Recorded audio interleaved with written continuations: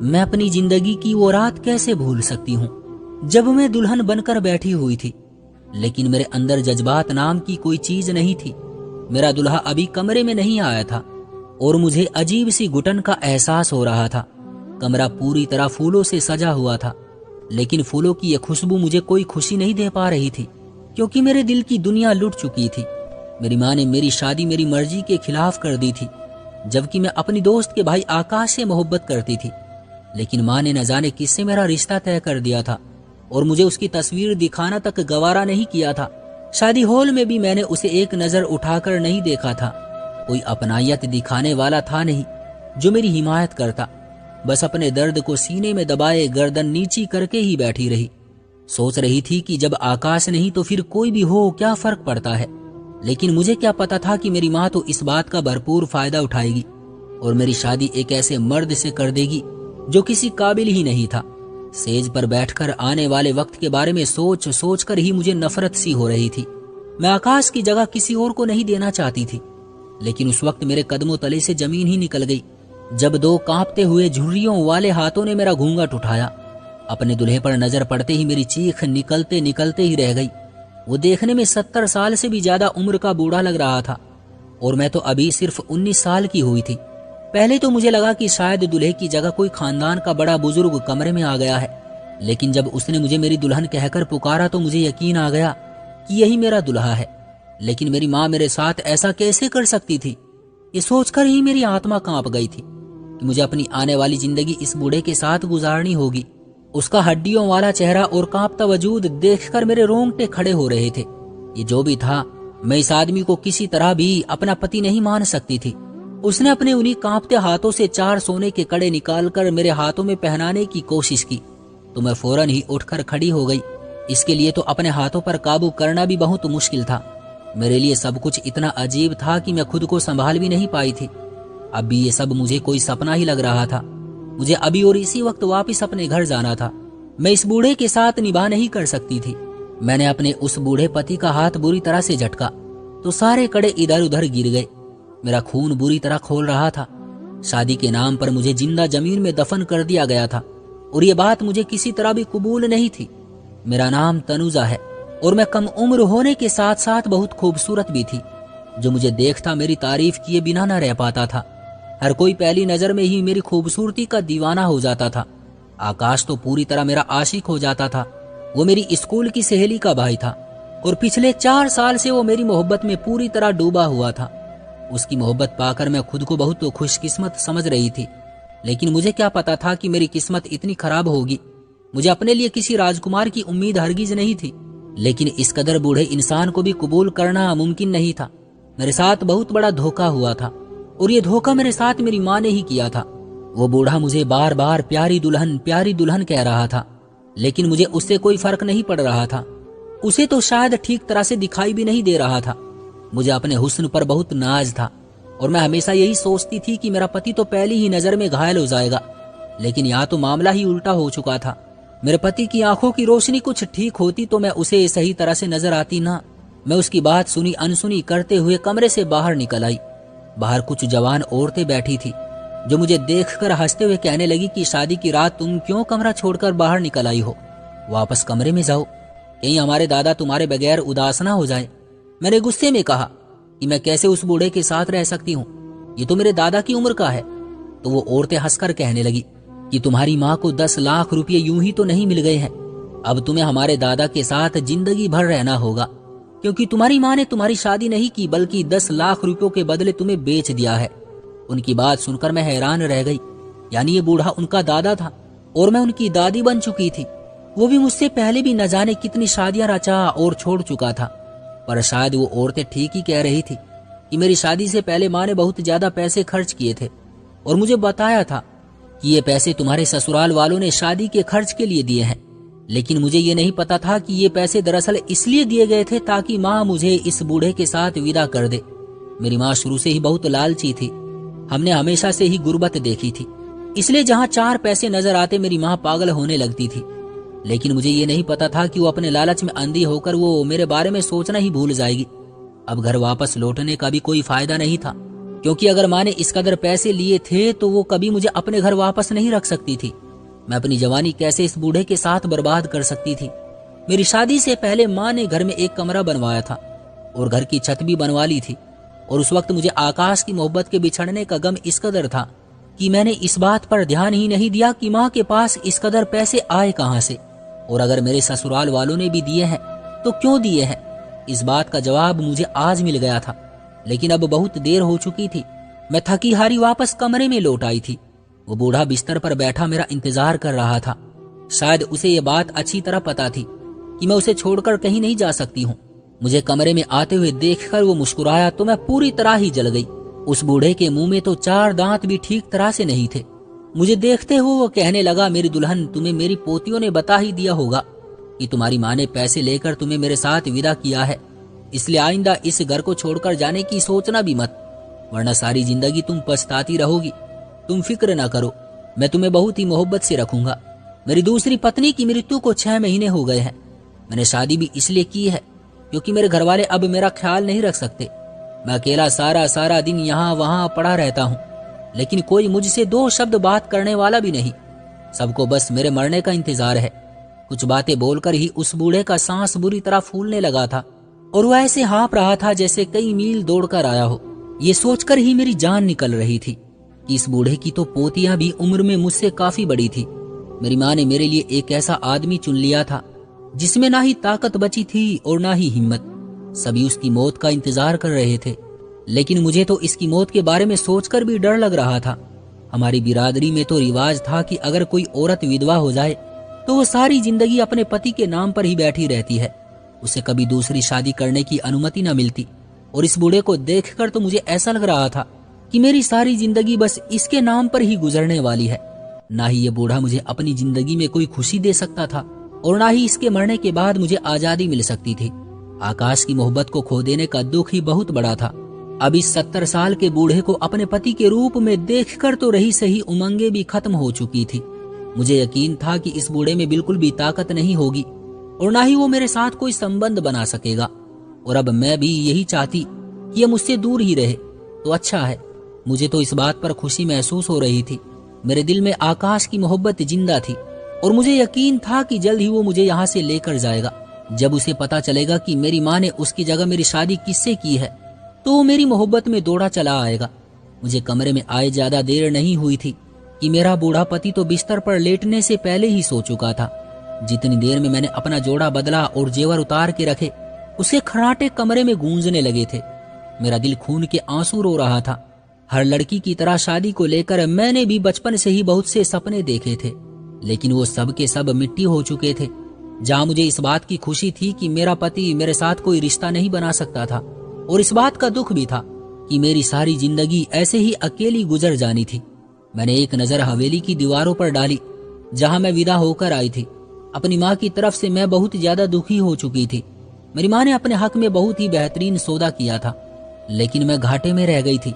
10 लाख की रकम मेरी माँ के लिए तो बहुत ही बड़ी थी, क्योंकि मेरे बाबा एक फल बेचने वाले थे और उसके बावजूद भी हम सारी जिंदगी फल खाने के लिए तरसते रहे थे। हम 4 बहन भाई एक कमरे के मकान में रहते थे और बारिश में भी उस कमरे की छत पूरी तरह टपकती थी। और माँ ने अपनी जिंदगी की सारी परेशानी दूर कर ली थी और मेरी पूरी जिंदगी नर्क बना दी थी। अगली सुबह मैं कमरे से बाहर निकली तो एक बहुत बड़ी सी डाइनिंग टेबल पर तकरीबन सारे ही खानदान के लोग इकट्ठे थे। वो सभी मेरे पति के बेटे बेटियां पोते पोतियां थे जो उनकी शादी की खुशी में आए हुए थे। मेरे अंदर एक अजीब सी हसरत ने जन्म ले लिया था। मैंने एक नजर अपने ही उम्र के लड़कों पर डाली तो मेरे दिल में एक कसक सी उठने लगी। वो सभी बहुत हट्टे कट्टे जवान से थे। मुझ जैसी हसीन और खूबसूरत लड़की के लिए ऐसे ही किसी लड़के को होना चाहिए था। आकाश ना सही, लेकिन कोई तो ऐसा होता जो मेरा साथ निभाता। उस वक्त टेबल पर मौजूद सभी लोगों की नजर ही मुझ पर जमी हुई थी और उनकी निगाहों में मेरे लिए जो कुछ था वो मेरे लिए बर्दाश्त से बाहर था। इस पर तो मेरे पति का रवैया ऐसा था जैसे वो कोई 22-24 साल का नया नवेला दुल्हा हो। फिर उसने अजीब सी फरमाइश कर दी थी कि उसे मेरे हाथ से पहला निवाला खाना है, और इतने लोगों की मौजूदगी में मेरे होश उड़ गए थे। बूढ़े को जरा भी शर्म नहीं आई थी। मुझे सबकी नजरों में तमाशा बना दिया था। सभी अपने दादा की फरमाइश सुनकर मुंह दबाए हंस रहे थे और मेरा हाल ऐसा था काटो तो बदन में खून नहीं। मैं शर्म से पानी पानी हो रही थी। बहुत ही मजबूरी में मैंने एक निवाला उसके मुंह में डाला और सर झुका लिया। बहुत ही मुश्किल से मैंने खाना खत्म किया और फौरन कमरे में चली गई। बिस्तर पर लेटकर न जाने मैं कितनी देर तक रोती रही थी। मेरे बूढ़े पति ने मुझे रोता देखा तो परेशान हो गया और मेरे माथे को चूम लिया। इसकी इस हरकत ने मुझे और गुस्सा दिला दिया था, लेकिन मैं खामोश होकर रह गई थी। मैं दिल ही दिल में सोच रही थी कि क्या ही अच्छा होता कि मेरी शादी इस बूढ़े की जगह उसके किसी पोते से हो गई होती, तो कम से कम मेरे लिए आकाश को भूलना कुछ तो आसान होता। दिन बहुत तेजी से गुजर रहे थे और इस बूढ़े के साथ मेरी शादी को 1 हफ्ता हो गया था। मेरे बूढ़े पति ने इस 1 हफ्ते में मेरे साथ कुछ नहीं किया था। मैं शादी के 1 हफ्ते बाद भी पूरी तरह कुंवारी थी। उसने सिर्फ अपनी सेवा करवाने के लिए मुझसे शादी की थी। कभी वो मुझसे अपना सर दबवाता तो कभी अपने पांव। मैं उसकी सेवा कर कर के थक चुकी थी। सारा सारा दिन वो मेरे सामने बिस्तर पर पड़ा रहता और कभी कभी तो आधा आधा दिन भी सोते हुए गुजार देता था।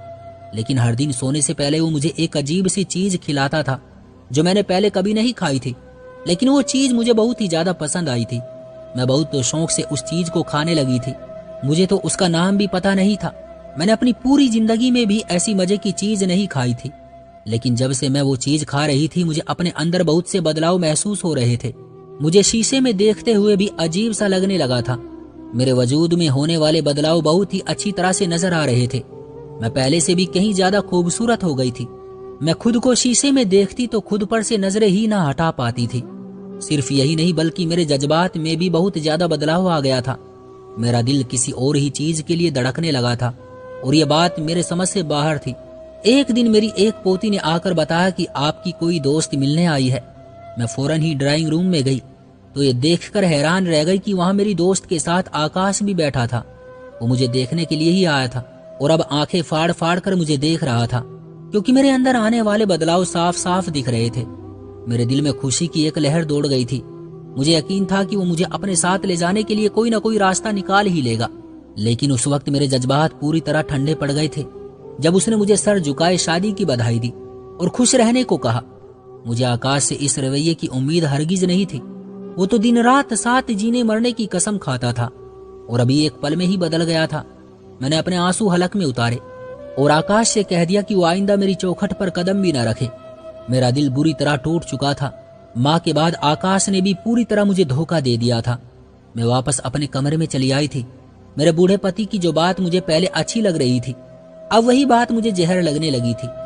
इसकी दी हुई ये मजे की चीज खाने के बाद जो मेरा दिल करता, उस बात को जबान पर लाने में भी मुझे शर्म आती थी। मुझे इस घर में ना ही खाने पीने की कोई कमी थी और ना ही किसी भी चीज पर कोई रोक टोक, बल्कि यहाँ तो मैं सबसे बड़ी थी। लेकिन जिस चीज की कमी का एहसास मुझे सबसे ज्यादा सता रहा था, उसकी वजह से मैं बेचैन हो गई थी। सारी सारी रात मैं बिस्तर पर करवटें बदलती रहती, लेकिन मुझे नींद न आती। एक दिन मेरा पति बहुत गहरी नींद में सो रहा था और मैं रात भर उसकी दी हुई चीज खाने के बाद अभी तक सो न सकी थी और कमरे से बाहर निकल आई थी। मुझे बहुत ज्यादा गर्मी का एहसास हो रहा था और मेरे हलक में भी कांटे पड़ रहे थे। मैं सीधी किचन की तरफ चल पड़ी। यह हवेली तो मेरी सोच से भी कहीं ज्यादा बड़ी और खूबसूरत थी। मैंने तो एक छोटे से कमरे में आंख खोली थी और सारी जिंदगी छोटी छोटी जरूरत के लिए भी तरसते हुए गुजार दी थी। लेकिन जब से मैं इस बूढ़े की दुल्हन बनी थी, मुझे कभी किसी चीज के लिए तरसना नहीं पड़ता था। मैंने किचन में कदम रखा तो वहां पहले से ही मेरे पति का एक पोता मौजूद था जो अपने लिए मिल्क शेक बना रहा था। वो मेरी ही उम्र का था और उसे देखकर न जाने क्यों रात के इस पहर मेरे लिए अपने जज्बात पर काबू पाना मुश्किल हो गया था। वो बहुत ही इज्जत से मुझसे पूछ रहा था कि क्या आपके लिए भी मिल्क शेक बना दूं, लेकिन मेरी नजर तो बस उसके चेहरे पर ही टिकी हुई थी। मैं दिल ही दिल में सोचने लगी कि मेरे नसीब में ऐसा कोई क्यों नहीं लिखा हुआ था। मैं इस कदर हसीन हो गई थी, लेकिन उसने एक दफा भी नजर उठाकर मेरे चेहरे की तरफ नहीं देखा था। जब मैं खुद ही उसके करीब हो गई तो वो भी मेरी आंखों में आंखें डालकर देखने लगा। मैं यही तो चाहती थी। इससे पहले कि मेरे लिए खुद पर काबू पाना मुश्किल हो जाता, मैं उसे कोई जवाब दिए बिना ही कमरे में चली गई। शादी के शुरू में मैं सोचती थी कि अच्छा है मेरा पति किसी लायक नहीं है, मैं सुकून से इस हवेली में अपनी जिंदगी गुजार लूंगी। मैं लगातार वो मीठा खा रही थी जिसे खाने के बाद मुझ में इतना बदलाव आ गया था कि मेरा वजूद पूरी तरह भर गया था। मैं पहले भी खूबसूरत थी, लेकिन अब तो मेरी खूबसूरती में 4 चांद लग गए थे। मेरा दिल चाहने लगा था कि कम से कम 10-15 मर्द मेरी तरफ देखे, पहले की तरह ही मुझे सराहे। और मेरी तारीफ करे, लेकिन अब ये मुमकिन नहीं था।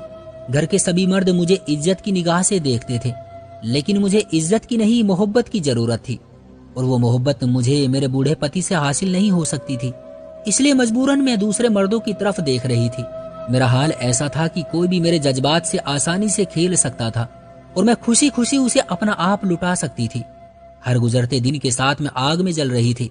ऐसे ही एक दिन मैं खुद पर काबू ना पा सकी और अपने पति के उसी पोते के गले से लग गई जो उस रात किचन में मौजूद था। वो भी मेरे जज्बात से बखूबी वाकिफ हो चुका था, इसलिए उसने भी मुझे खुशी खुशी अपने सीने से लगा लिया।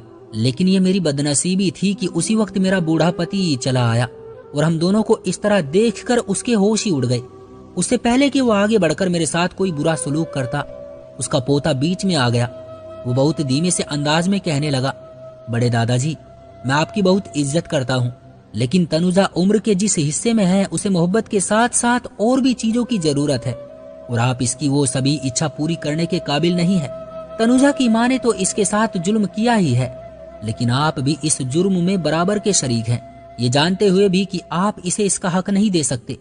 आपने इससे शादी कर ली और इसकी तकलीफ की वजह बन गए। वो अपने पोते की बात सुनकर गुस्से से मेरी तरफ देखने लगे, तो मैंने रोते हुए उनको बताया कि उनका वो मीठा खाने के बाद मुझसे किसी भी तरह खुद पर काबू नहीं रखा जाता। मेरी बात सुनकर उनके पोते ने अपना सर पकड़ लिया और हैरत से मुझसे पूछने लगा कि दादाजी के लिए जो मीठा हलवा मैं लेकर आता हूँ, क्या वो तुम भी खाती हो? मैंने हाँ में सर हिलाया तो वो कहने लगा कि वो अलग अलग तरह की मगजियात और ड्राई फ्रूट्स का हलवा है, लेकिन साथ साथ वो इसमें किसी वैद्य से ताकत की दवाई भी मिलवा कर लाता था ताकि दादाजी किसी तरह मेरे काबिल हो जाए। उनके पोते को पहले दिन से ही पता था कि उसके दादा किसी काबिल नहीं है और कहीं ये बात मुझे परेशान न कर दे, इसलिए वो पहले से ही अपने दादा को ताकत की दवाइयां खिला रहा था, मगर इसे ये पता नहीं था कि उसके दादा ने वो हलवा मुझे भी खिला दिया है। अपने पोते की बात सुनकर वो बिस्तर पर बैठ गए। उनके लिए तो ज्यादा देर खड़े रहना भी मुश्किल था। वो उससे कहने लगे, पोते मुझे तो बता दिया होता, मैं इसको भी रोजाना वो हलवा खिला रहा हूँ। मुझे लगा कि हलवे को खाने से इसकी सेहत बेहतर हो जाएगी। उसने अपने दादा को एहसास दिलाया था कि वो किसी भी तरह मेरे काबिल नहीं है और अगर उन्हें सेवा के लिए किसी की जरूरत है तो उन्हें किसी ऐसी नौकरानी को रख लेना चाहिए जो हर वक्त उनके साथ रहे। वो कहने लगा, इसमें मेरा क्या कसूर है? मेरी बहुओं ने खुद उसकी शादी मुझसे करवाई है। वो सब मेरी जिम्मेदारियों से अपनी अपनी जान छुड़ाना चाहती थी। वो कहने लगा, दादाजी, तनुजा को इस रिश्ते से आजाद कर दे। मैं तनुजा से शादी कर लूंगा। मैं इस बात का वादा करता हूँ कि तनुजा हमेशा आपकी सेवा करती रहेगी। उसके पोते की बातों ने उसको एहसास दिला दिया था कि मेरे साथ जो हुआ वो बिल्कुल भी ठीक नहीं हुआ था, इसलिए उन्होंने एक वकील को घर बुलाकर मुझे तलाक दे दी। कुछ ही दिनों बाद उनके पोते ने मुझसे शादी करके मुझे अपने घर की इज्जत बना ली और वो मेरी खूबसूरती का दीवाना हो गया था। ये मेरी जिंदगी में एक ताजा हवा का झोंका साबित हुआ था जिसने मुझे एक ऐसी जेल से रिहाई दिलाई थी जिससे रिहा होने के बारे में सोचना भी मुझे मुश्किल लगता था। एक बात जो मैंने अपनी जिंदगी से सीख ली थी कि इंसान कभी पैसे और दौलत से खुश नहीं होता। उसे खुश रहने के लिए एक ऐसा साथ और जज्बात रखने वाले इंसान की जरूरत होती है जो उसकी बुनियादी जरूरतों के साथ साथ उसके जिस्म की ख्वाहिशों को भी पूरा कर सके।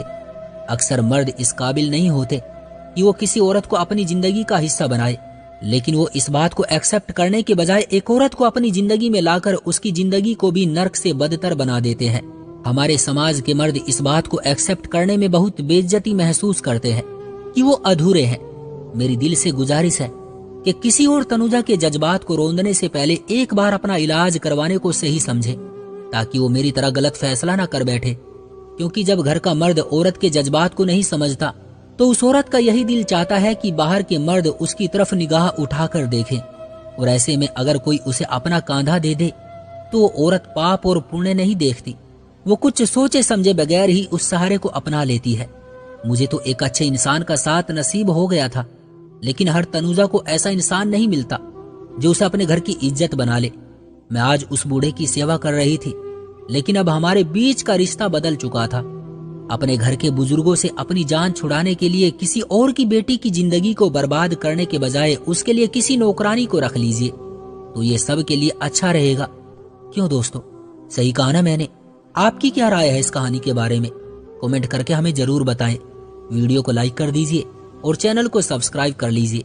मुझे दीजिए अगली वीडियो तक इजाजत। तब तक के लिए धन्यवाद।